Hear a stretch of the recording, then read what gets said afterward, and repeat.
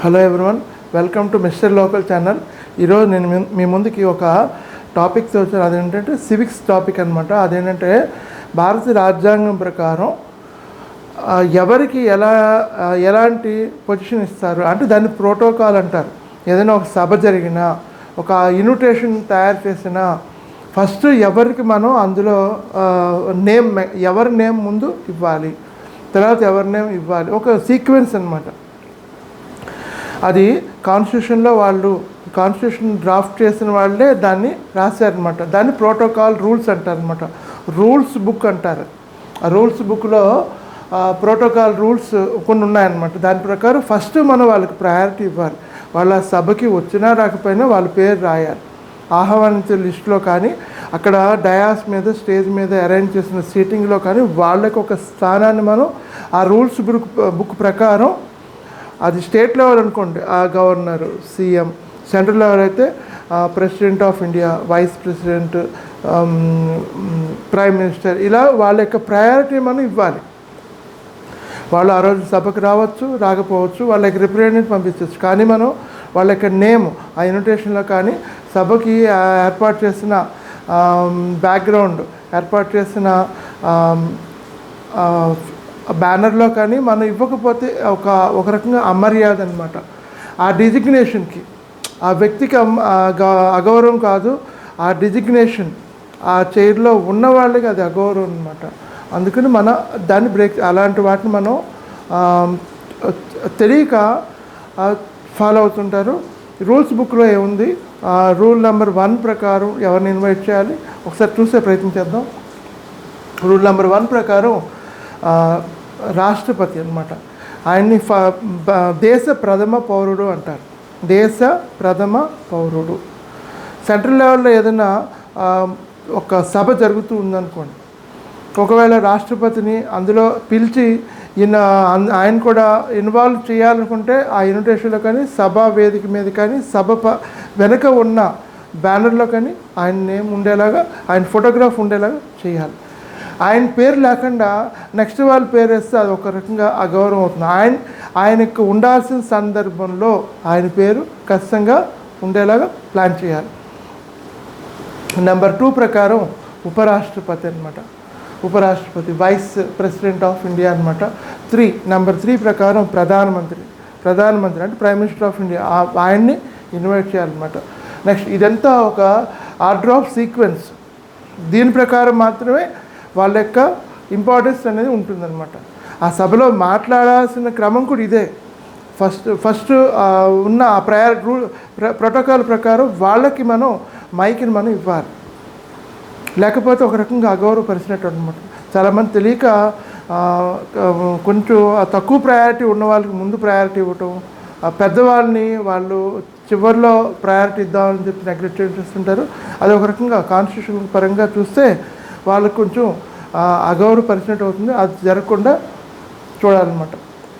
Rule number 4 ప్రకారం different స్టేట్స్లో ఉన్న గవర్నర్స్ అనమాట. ఆ స్టేట్ యొక్క గవర్నర్స్ని వాళ్ళని 4 ప్రకారం ప్రయారిటీ అంటే ఫస్ట్ పిలవాల్సిన వ్యక్తి ఏమో రాష్ట్రపతి గారు, సెకండ్ ఉపరాష్ట్రపతి గారు, థర్డ్ ప్రధానమంత్రి గారు, 4th రాష్ట్రాల యొక్క గవర్నర్స్. ఎందుకంటే రాష్ట్రంలో ప్రథమ పౌరుడు ఎవరంటే గవర్నర్.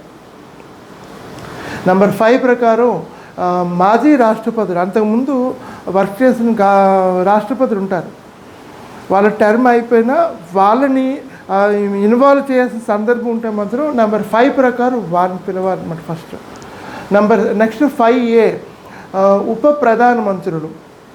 ఆ టైంలో డిప్యూటీ ప్రైమ్ మినిస్టర్ ఉంటే, అన్ని గవర్నమెంట్స్ టైంలో డిప్యూటీ ప్రైమ్ మినిస్టర్ ఉండరు.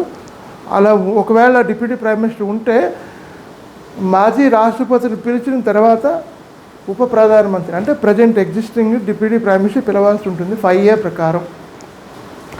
నెంబర్ 6 ప్రకారం భారత ప్రధాన న్యాయమూర్తి అంటే భారత సుప్రీంకోర్టు ప్రధాన న్యాయమూర్తి ఎవరైతే ఉంటారో ఆ రోజు ఆయనకి ప్రయారిటీ ఇవ్వాలన్నమాట. నెంబర్ 6లోనే ఇంకోటి ఉంది, లోక్సభ స్పీకర్కి ప్రయారిటీ ఇవ్వాలి. నెక్స్ట్ నెంబర్ 7 ప్రకారం కేంద్ర క్యాబినెట్ మంత్రులు. ప్రైమ్ మినిస్టర్కి సపోర్ట్గా కొంతమంది అడ్వైజ్ చేయడానికి క్యాబినెట్ మినిస్టర్స్ ఉంటారు. అదర్ మినిస్టర్స్ ఉంటారు, స్టేట్ మినిస్టర్స్ ఉంటారు. క్యాబినెట్ మినిస్టర్స్ మాత్రం 7 ప్రకారం వాళ్ళని ఇన్వైట్ చేయాలి. ఇన్విటేషన్లో కూడా వాళ్ళ నేమ్స్ ఏమన్నా మెన్షన్ చేయాల్సి ఉంటే ఆ నేపథ్యంలో వాళ్ళ నేమ్స్ యాడ్ చేయాల్సి వస్తుంది.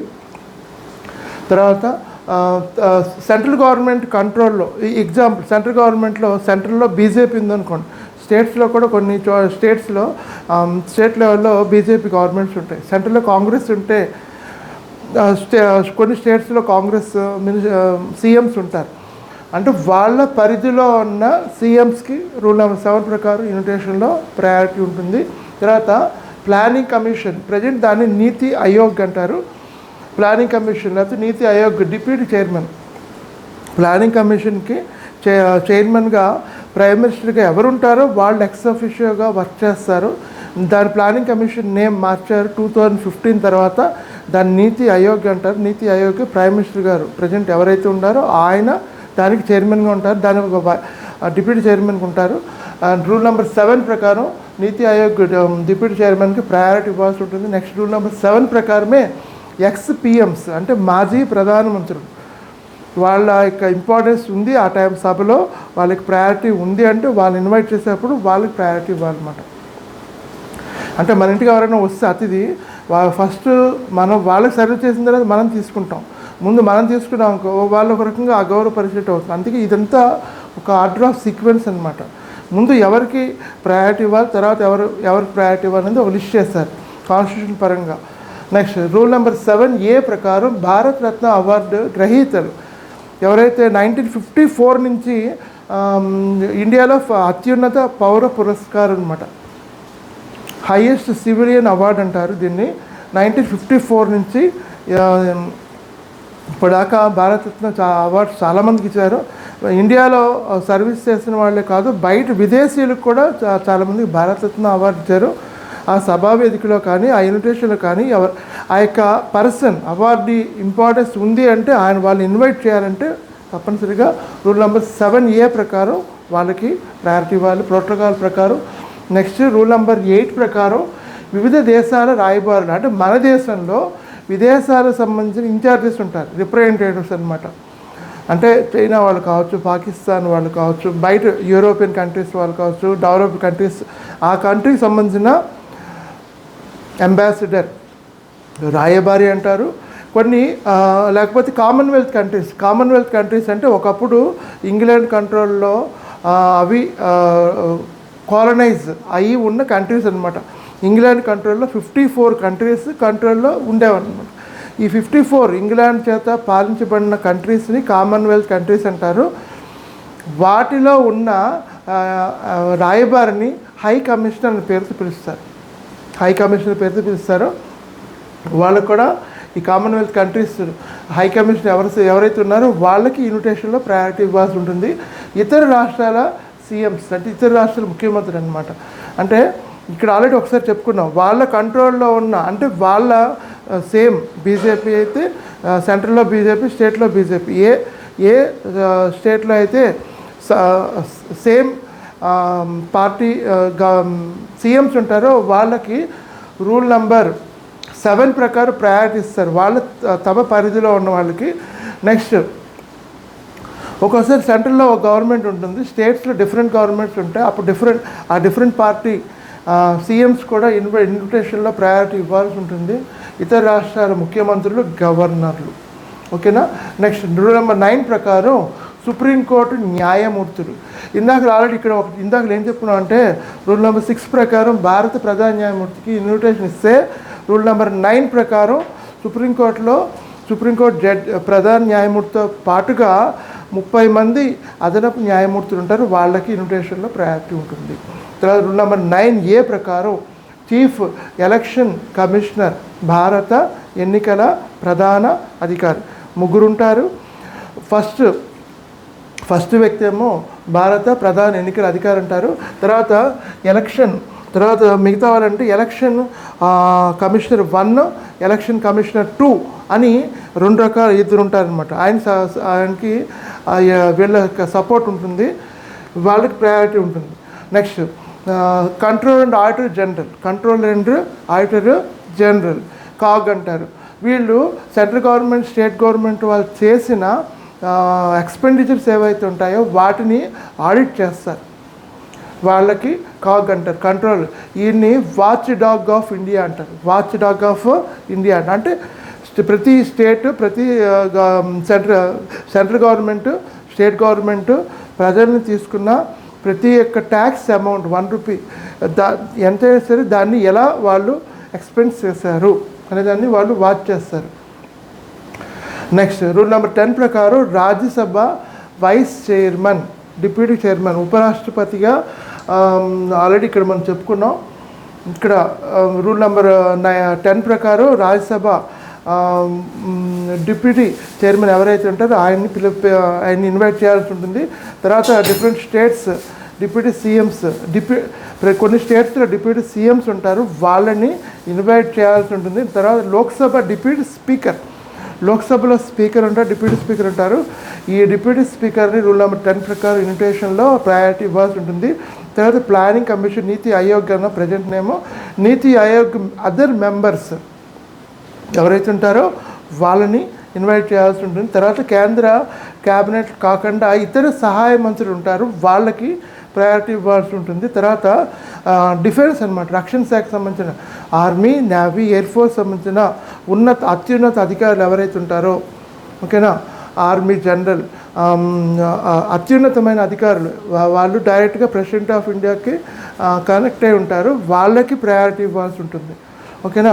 ఈ విధంగా ఏదైనా ఒక సమావేశం జరిగినప్పుడు ఇన్విటేషన్ ప్రిపేర్ చేసేటప్పుడు కానీ, లేకపోతే ఆ యొక్క సమావేశంలో సీటింగ్ అరేంజ్మెంట్స్ కానీ ఏవైతే ఉంటాయో, లేకపోతే వాళ్ళకి మైక్ ఇచ్చేటప్పుడు కానీ ఆర్డర్ ఆఫ్ ప్రయారిటీలో వాళ్ళని ఈ విధంగా ఇన్వైట్ చేయాల్సి ఉంటుంది. లేకపోతే ఒక రకంగా అగౌరవపరిచినట్టు ఉంటుంది. ఆ వ్యక్తికి కాదు, ఆ యొక్క పొజిషన్కి అగౌరవం ఉన్నది వస్తుంది. దీన్ని కేంద్ర ప్రభుత్వం వాళ్ళు అధికారిక హోదాల ప్రాధాన్యత క్రమం, ప్రియారిటీ అనమాట, ప్రిఫరెన్స్. దీన్ని సింపుల్గా చెప్పాలంటే ప్రోటోకాల్ అంటారు. కొన్ని మనం గమనిస్తూ ఉంటాం, ఏదైనా సమావేశం జరిగినప్పుడు అక్కడ లోకల్గా ఉన్న మెంబర్ ఆఫ్ పార్లమెంట్, లోక్సభ లేకపోతే లోకల్గా ఉన్న ఎమ్మెల్యేని ఆ సభకి ఇన్వైట్ చేయలే అని చెప్పి వాళ్ళు వచ్చి అక్కడున్న ఆ సభ ఆర్గనైజ్ చేసిన వాళ్ళ కోసం చేయడం జరుగుతుంది. అంటే ఆర్గనైజ్ చేసిన వాళ్ళకి ఈ రూల్స్ తెలియదు అనమాట. అంటే టోటల్గా చెప్పాలంటే విలేజ్ లెవెల్ నుంచి సెంట్రల్ లెవెల్ వరకు ఏదైనా ఒక ఈవెంట్ జరిగితే ఈ ప్రయారిటీలో స్టేట్ లెవెల్లో కూడా ఈ కొంత ప్రయారిటీ లిస్ట్ ఉంటుంది. దానికి అంటే ఆ స్టేట్ లెవెల్లో గవర్నరు, తర్వాత స్టేట్ సీఎం, ఈ విధంగా ప్రయారిటీ ఉంటుంది అనమాట. ఆ డిస్ట్రిక్ట్ లెవెల్లో కూడా ఒక ప్రయారిటీ లిస్ట్ ఉంటుంది. ఆ ప్రకారమే వాళ్ళని ఇన్వైట్ చేయాలన్నమాట. ఈ వీడియో మీకు నచ్చితే లైక్ చేయండి, షేర్ చేయండి, మిస్టర్ లోకల్ ఛానల్ సబ్స్క్రైబ్ చేయండి. Thanks to all.